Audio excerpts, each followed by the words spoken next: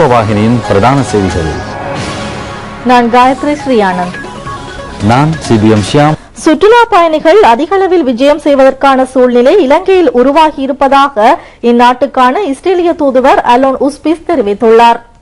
இலங்கை சுற்றுலா பயணிகளை கவருவதற்கான இடங்கள் இருப்பதே இதற்கு காரணமாகும். ரூபவாகினிக்கு அளித்த விசேட பேட்டியின் போது இஸ்ரேலிய தூதுவர் இதனை தெரிவித்தார். இஸ்ரேலிய தூதுவர் மேலும் கருத்து வெளியிடுகையில், இலங்கைக்கு பெருமளவில் சுற்றுலா பயணிகள் வருவதாக நான் கருதுகின்றேன். சுற்றுலா பயணிகளை கவருவதற்கான இடங்கள் இந்த நாட்டில் இருப்பதே அதற்கு காரணமாகும். விசேடமாக கடற்கரைகளை குறிப்பிடலாம். உலகில் நீர் விளையாட்டுக்கு உகந்த இடங்கள் இலங்கையில் காணப்படுகின்றன. நான் இஸ்ரேலிய சுற்றுலாத்துறை பிரதிநிதிகளையும் அவர்களுடன் வந்திருந்த சுற்றுலா பயணிகளையும் சந்தித்தேன். இவர்கள் அனைவரும் இலங்கையில் சுற்றுலாவை மேற்கொண்டமை குறித்து மிகவும் மகிழ்ச்சி கொண்டுள்ளனர். சுற்றுலாத்துறையில் இலங்கை அடைந்துள்ள முன்னேற்றத்தை தாம் பெரிதும் வரவேற்கின்றோம் என்று அவர் கூறினார். கடந்த 3 மாத கால பகுதியில் பிரிட்டன், ஜெர்மன், பிரான்ஸ் போன்ற நாடுகளிலிருந்து அதிக எண்ணிக்கையான சுற்றுலா பயணிகள் இங்கு வந்திருந்தனர். ஜனவரி, பிப்ரவரி மாதங்களில் மாத்திரம் 2,88,798 சுற்றுலா பயணிகள் இலங்கைக்கு வந்திருந்தனர். சீனாவில் இருந்து வரும் சுற்றுலா பயணிகளின் எண்ணிக்கையும் அதிகரித்திருப்பதாக இலங்கை சுற்றுலா அலுவலகம் தெரிவித்துள்ளது. மேற்கு ஐரோப்பிய நாடுகளில் இருந்து வரும் சுற்றுலா பயணிகளின் எண்ணிக்கையும் மார்ச் மாதம் 10.5% அதிகரித்திருந்தது. கிழக்காசியாவிலிருந்து வருகை தருவோரின் எண்ணிக்கை 12.1% அதிகரித்திருந்ததை காண முடிகின்றது. இந்த நிலைமை எதிர்காலத்தில் மேலும் முன்னேற்றம் அடையும் என்று சுற்றுலாத்துறை நிபுணர்கள் நம்பிக்கை தெரிவித்துள்ளனர். கொழும்பு பல்கலைக்கழக பொருளாதார விஞ்ஞான பிரிவை சேர்ந்த கலாநிதி சுரங்க சில்வா கருத்து வெளியிடுகையில், யுத்தம் நிலவிய காலப்பகுதியில் நமது நாடு வறிய சுற்றுலா பயணிகள் விஜயம் செய்யும் குறைந்த மட்டத்திலான சேவையை வழங்கும் நாடாகவே கருதப்பட்டு வந்தது. ஆனால் தற்பொழுது இந்த நிலைமை மாறியுள்ளது. கூடுதல் வருமானமுள்ள சுற்றுலா பயணிகள் விஜயம் செய்யும் இடமாக இலங்கை மாறியுள்ளது என்பது தெளிவாகின்றது. இந்த அரசாங்கம் ஆரம்பித்துள்ள பல்வேறு சுற்றுலா திட்டங்கள் மூலம் எதிர்காலத்தில் நாம் உலகில் உயர்ந்த தரத்திலான சுற்றுலா சேவைகளை வழங்கக்கூடியதாக இருக்கும் என்று அவர் தெரிவித்தார். எல்டிடிஇ பயங்கரவாதம் காரணமாக தென்னிந்தியாவுக்கு தப்பி ஓடிய மற்றொரு தொகுதி இலங்கை தமிழ் மக்கள் நாடு திரும்பியுள்ளனர். அவர்கள் சில தினங்களுக்கு முன்னர் கட்டுநாயக்க விமான நிலையத்தில் வந்திறங்கினார்கள். இவர்கள் 1990 தசாப்த கால பகுதியில் மன்னாரிலிருந்து படகுகளூடாக தென்னிந்தியாவுக்கு தப்பி ஓடினார்கள். 42 பேர் அடங்கிய குழுவினர் சில தினங்களுக்கு முன்னர் நாடு திரும்பியுள்ளனர். இவர்கள் 23 வருட காலம் தென்னிந்தியாவில் உள்ள அகதி முகாம்களில் வசித்து வந்துள்ளனர். மீண்டும் சொந்த இடங்களுக்கு திரும்புவதற்கான வாய்ப்பு கிடைத்தமைக்காக அவர்கள் இலங்கை அரசாங்கத்திற்கு மனப்பூர்வ நன்றியை தெரிவித்துள்ளனர். இவர்களை யாழ்ப்பாணம், மன்னார், திருகோணமலை ஆகிய இடங்களில் உள்ள அவர்களது சொந்த கிராமங்களுக்கு அனுப்பி வைப்பதற்கான போக்குவரத்து வசதிகள் செய்து கொடுக்கப்பட்டுள்ளன. ரமலான் மாதத்தில் நோன்பு நோக்கும் முஸ்லிம் மக்களுக்கு வழங்குவதற்கென சவுதி அரேபிய அரசாங்கம் இலங்கைக்கு அன்பளிப்பாக வழங்கியுள்ள பேரிச்சம்பள தொகுதியை உத்தியோகபூர்வமாக கையளிக்கும் வைபவம் இன்று விசும்பாயவில் உள்ள பிரதமரின் உத்தியோகபூர்வ இல்லத்தில் இடம்பெற்றது. சவுதி அரேபியாவுக்கான இலங்கை தூதுவர் அப்துல் அசீஸ் அல் ஜமாஸ் பேரிச்சம்பள தொகுதியை பிரதமர் DM ஜாரத்னவிடம் உத்தியோகபூர்வமாக கையளித்தார். ரமலான் மாதத்தில் நோன்பிருக்கும் முஸ்லிம் மக்களுக்கு பகிர்ந்தளிப்பதற்கென சவுதி அரேபியா ஒவ்வொரு வருடமும் பேரிச்சம்பளத்தை வழங்கி வருகின்றது. இதன்படி இவ்வருடம் சவுதி அரேபிய அரசாங்கம் இலங்கைக்கு 200 மெட்ரிக் டன் பேரிச்சம்பளத்தை வழங்க உள்ளது. இதற்கான ஒப்பந்தத்தில் சவுதி அரேபிய தூதுவரும் இலங்கை பிரதம மந்திரியும் கைச்சாத்திட்டனர். இலங்கைக்கு கிடைக்கும் இந்த பேரிச்சம்பளம் புத்த சாசன மற்றும் மத விவகார அமைச்சின் கீழ் இயங்கும் முஸ்லிம் மத கலாசார அலுவல்கள் திணைக்களத்தின் மூலம் நாட்டில் உள்ள சகல முஸ்லிம் பள்ளிவாசல்களுக்கும் பகிர்ந்தளிக்கப்படும். பள்ளிவாசல்கள் ஊடாக இவை முஸ்லிம் மக்களுக்கு வழங்கப்படும். பேரிச்சம்பள தொகுதியை கையளிப்பது தொடர்பாக பிரதம மந்திரியின் உத்தியோகபூர்வ இல்லத்தில் நடைபெற்ற வைபவத்தில் சவுதி அரேபியாவை சேர்ந்த முகமது சாத் அல் ஹொக்பானி, அப்துல் அசீஸ் முகமது அல் தாரிஸ், சிரேஷ்ட அமைச்சர் HM பௌசி, மேல்மாகாண ஆளுநர் அலவி மௌலானா, புத்த சாசன மற்றும் மத விவகார பிரதி அமைச்சர் MK எலியஸ் குணவர்தன, சுற்றாடல் மேற்சுழற்சி சக்திவெளு பிரதி அமைச்சர் அப்துல் காதர், முஸ்லிம் மத கலாசார அலுவல்கள் திணைக்கள பணிப்பாளர் MHM சமீல் உட்பட பலர் கலந்து கொண்டனர்.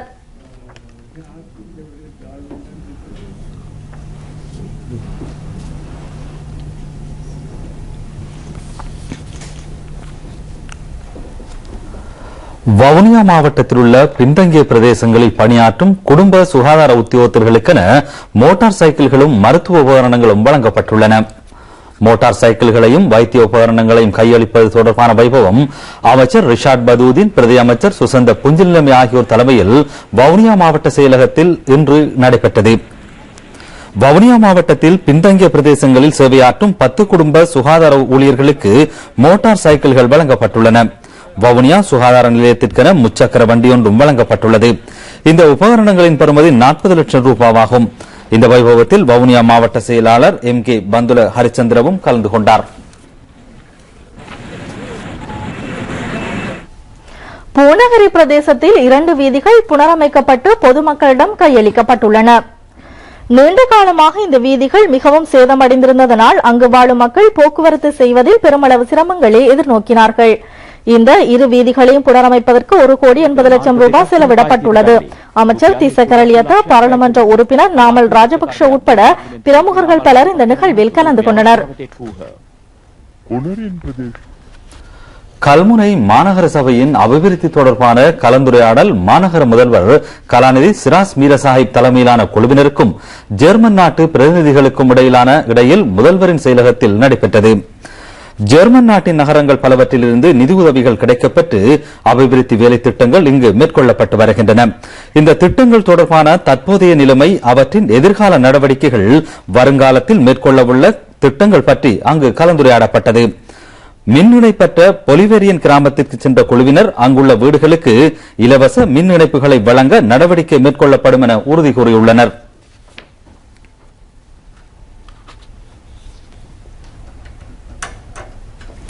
சுன்னாகம் ஸ்ரீ கதிரமலை சிவன் கோவில் மகோற்சவத்தின் தேர் திருவிழா நேற்று சிறப்பாக நடைபெற்றது.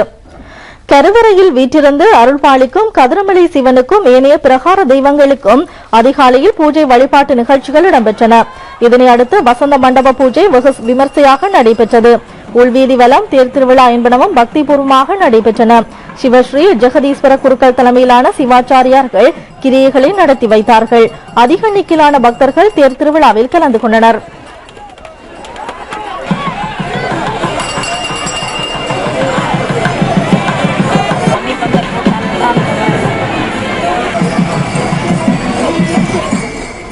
பூஜ்ஜிய அலகிலிருந்து 60 அலகு வரையிலான மின்சார கட்டணத்தில் எந்தவித அதிகரிப்பை மேற்கொள்வதில்லை என்று பொதுமக்கள் பயன்பாட்டு ஆணைக்குழு தீர்மானித்துள்ளது. புதிய மின்சார கட்டணம் ஏப்ரல் மாதம் 20ஆம் தேதி தொடக்கம் அமலுக்கு வரும் வகையில் திருத்தப்பட்டுள்ளது. பொதுமக்களால் தாங்கிக் கொள்ளக்கூடிய விதத்தில் மின் கட்டண மறுசீரமைப்பை மேற்கொள்ளுமாறு அதிகாரிகளுக்கு ஜனாதிபதி ஆலோசனை வழங்கியுள்ளார். இதன்படி 31 அலகிலிருந்து 60 அலகுகள் வரையிலான மின் கட்டணத்தை அதிகரிப்பதில்லை என மின்சார சபை எடுத்திருந்த தீர்மானத்தை 0 அலகிலிருந்து 60 அலகு வரை என திருத்துவதற்கு பொதுமக்கள் பயன்பாட்டு ஆணைக்குழு தீர்மானித்துள்ளது. பாவனையாளர்கள் சில மாதங்களில் 95 அலகுகளுக்கு மேற்படாத வகையில் மின்சாரத்தை பயன்படுத்தினால் 90 அலகுகள் என்ற அடிப்படையில் கட்டணம் வகுக்கப்படும். 180 அலகுகள் வரையிலான மின்சாரத்துக்கான எரிபொருள் சீராக்கல் கட்டணம் 25 வீதத்தால் குறைக்கப்பட்டுள்ளது. ஏனைய பிரிவுகளுக்கான எரிபொருள் சீராக்கல் கட்டணம் 10 வீதத்திலிருந்து 5 வீதமாக குறைக்கப்பட்டுள்ளது. கடலுக்கு செல்லும் மீனவர்கள் மற்றும் மீன்பிடி படகுகளின் பாதுகாப்பு தொடர்பான தேசிய கொள்கை திட்டம் வெளியிடப்பட்டுள்ளது. இது இன்று கொழும்பில் உத்தியோகபூர்வமாக வெளியிடப்பட்டுள்ளது. மீனவர்கள் மற்றும் மீன்பிடி படகுகளின் பாதுகாப்பு தொடர்பாக இதுவரை பின்பற்றப்பட்டுள்ள நடைமுறைகள் மற்றும் புதிய நடைமுறைகள் ஆகியவற்றை உள்ளடக்கும் வகையில் இந்த தேசிய திட்டம் தயாரிக்கப்பட்டுள்ளது. கடலுக்கு செல்லும் மீனவர்களின் பாதுகாப்பு தொடர்பாக அரசாங்க மற்றும் அரசு சார்பற்ற நிறுவனங்களின் பங்களிப்பும் இதற்கு கிடைத்துள்ளது. கடலுக்கு செல்லும் மீனவர்கள் மற்றும் மீன்பிடி படகுகளின் பாதுகாப்பை உறுதிப்படுத்துவதே இதன் நோக்கமாகும். மீனவர்களுக்கு ஏற்படக்கூடிய ஆபத்துக்களை குறைத்தல், மீனவர்களின் உயிர்களையும் படகுகளையும் பாதுகாத்தல் ஆகியவற்றுக்கான ஏற்பாடுகளும் இந்த புதிய திட்டத்தில் இடம்பெற்றுள்ளன.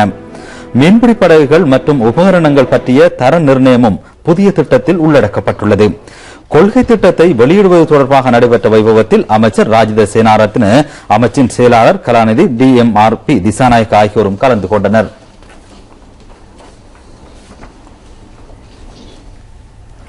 13வது அரசியல் யாப்பு திருத்தத்தின்படி மாகாண சபைகளுக்கு வழங்கப்பட்டுள்ள காணி மற்றும் போலீஸ் அதிகாரங்கள் வடபகுதிக்கான தேர்தல் நடைபெறுவதற்கு முன்னர் திருத்தப்பட வேண்டும் என்று தேசிய சுதந்திர முன்னணி தெரிவித்துள்ளது. அவ்வாறு செய்யாவிட்டால் சிலர் பிரிவினைவாத நோக்கங்களை நிறைவேற்றுவதற்கு இதனை பயன்படுத்திக் கொள்வார்கள் என்று தேசிய சுதந்திர முன்னணியின் தலைவரான அமைச்சர் விமல் வீரவன்ச தெரிவித்தார். மட்டக்களப்பு மாவட்டத்தின் வாகரை பிரதேசத்திலிருந்து கல்முனை நோக்கி சட்டவிரோதமான முறையில் 35 மாடுகளை ஏற்றிச் சென்ற 3 லோரிகளையும் சந்தேக நபர்களையும் வாழைச்சேனை போலீஸ் மாவட்ட நீதவான் நீதிமன்றத்தில் ஆஜர்படுத்தியுள்ளனர்.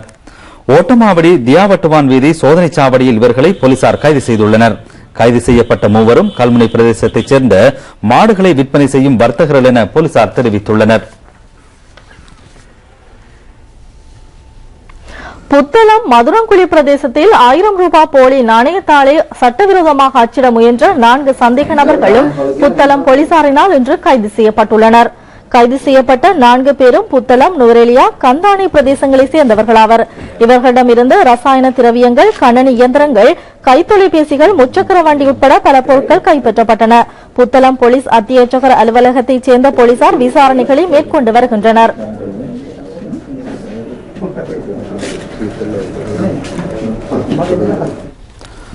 வளமான தேசத்தை கட்டியெழுப்ப ஆரோக்கியமான சமூகம் தேவை என்ற துணைப்பொருளில் இடம்பெற்ற செயலமர்வு குழந்தைகளுக்கான பால்மா வழங்கும் நிகழ்வு என்பன ஏறாவூர் மிச்நகர் முஸ்லிம் கலவன் பாடசாலை மண்டபத்தில் சமீபத்தில் நடைபெற்றன. ஏறாவூர் பற்றி முன்னாள் பிரதேச சபை உறுப்பினர் மௌலவி அன்சார் தலைமையில் நடைபெற்ற இந்த நிகழ்வில் கிழக்கு மாகாண பிரதி முதல்வர் MS சுபைர் பிரதம அதிதியாக கலந்து கொண்டார். குழந்தைகள் பராமரிப்பு மற்றும் மகப்பேறு தொடர்பாக அங்கு விளக்கம் அளிக்கப்பட்டது. போஷாக்கற்ற 300 குடும்பங்களின் குழந்தைகளுக்கு பால்மாவும் வழங்கி வைக்கப்பட்டது.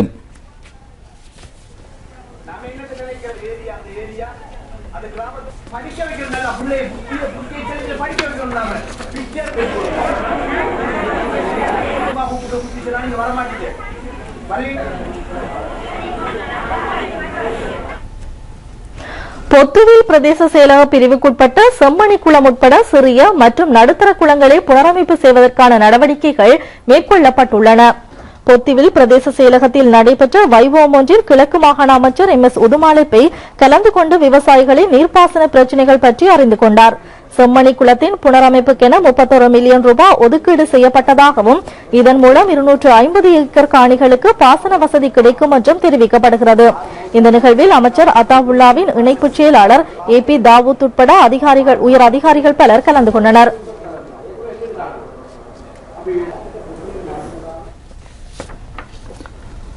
அம்பாறை மாவட்ட சர்வமத தலைவர்கள் பங்கு பற்றும் மாநாடு நிந்தவூர் மாவட்ட தொழில் பயிற்சி நிலையத்தில் நடைபெற்றது. நிந்தவூர் ஜும்மா பள்ளிவாசல் நம்பிக்கையாளர் சபையின் செயலாளர் AM ரசீன் தலைமையில் நடைபெற்ற இந்த மாநாட்டில் 3வது பிரிவின் கட்டளை தளபதி பிரிகேடியர் ஹரின் பெரேரா பிரதம அதிதியாக கலந்து கொண்டார். இந்த மாநாட்டில் சர்வமத தலைவர்கள் பலரும் ராணுவ உயர் அதிகாரிகளும் கல்முனை சமாதான பேரவை தலைவர் M ஜமீல் உட்பட பிரதிநிதிகள் பலரும் கலந்து கொண்டனர்.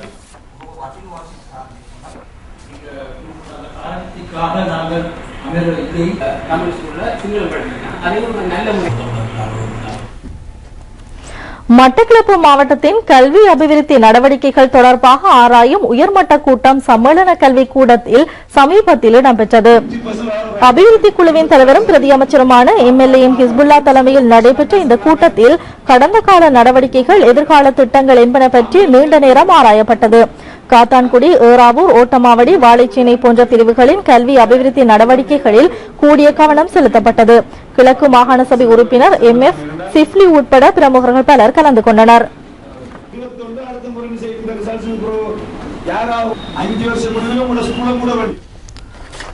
சமூர்த்தி நன்மை பெறும் குடும்பங்களைச் சேர்ந்த மாணவர்களின் நலன் கருதி பொருளாதார அபிவிருத்தி அமைச்சின் சமூர்த்தி பிரிவு சிப்துர புலமை பரிசில்களை வழங்கி வருகின்றது.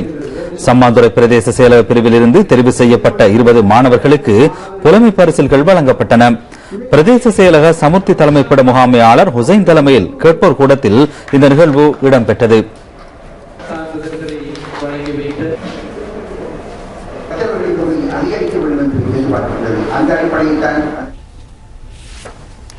சமூர்த்தி உதவி பெறும் குடும்பங்களின் பிள்ளைகள் உயர்கல்வியை தொடரவென சமூர்த்தி புலமை பரிசில் வழங்கும் திட்டம் மூதூர் பிரதேச செயலகத்தில் இடம்பெற்றது. மூதூர் பிரதேச செயலாளர் N பிரதீபன் தலைமையில் நடைபெற்ற இந்த நிகழ்வில் 32 சமூர்த்தி குடும்பங்களின் பிள்ளைகள் புலமை பரிசில்களை பெற்றுக் கொண்டார்கள். பிரதம அதிதியாக கலந்து கொண்ட கிழக்கு மாகாண முதலமைச்சர் நஜீப் அப்துல் மஜீத் புலமை பரிசில்களை வழங்கி வைத்தார். 2012-2014 கல்வி ஆண்டில் கற்கும் மாணவர்களுக்கு சமூக பாதுகாப்பு நிதியத்தினால் தலா 1000 ரூபாய் வழங்கப்பட்டது.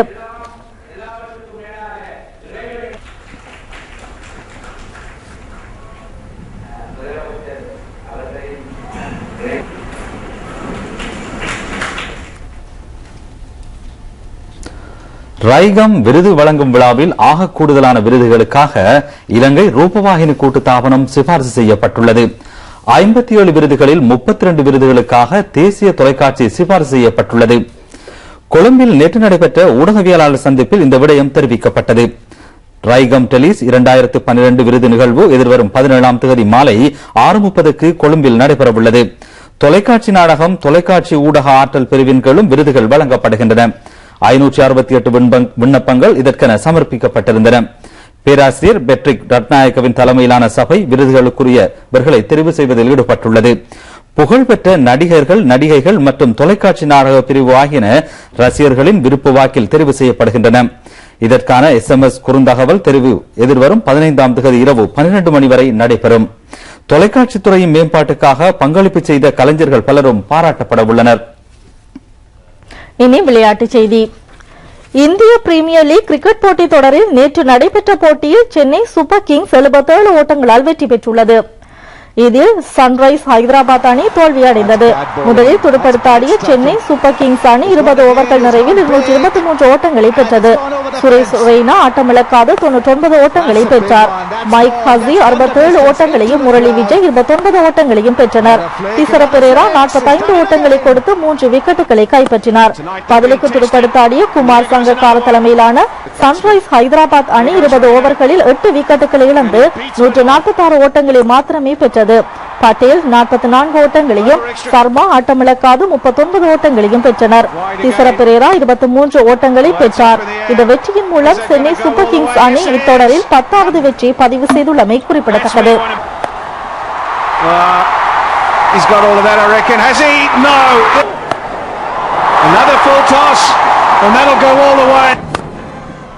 That's a big shot, big heave, big slot from Pereira. Morris gets hammered, gets a 6 Pereira. That's a big lovely shot, that'll clear the fence. He's gone for it and he's cleared the short, and he'll get it away over point. Dale Steyn, they're still in contention, and Dale Steyn is going to finish things in style. Big shot, big drive. Parthiv Patel likes that area. That's his second boundary over. Late gone, 6. Magnificent Parthiv Patel. இத்துடன் ரூபவாகினியின் பிரதான செய்திகள் நிறைவடைகின்றன. வணக்கம்.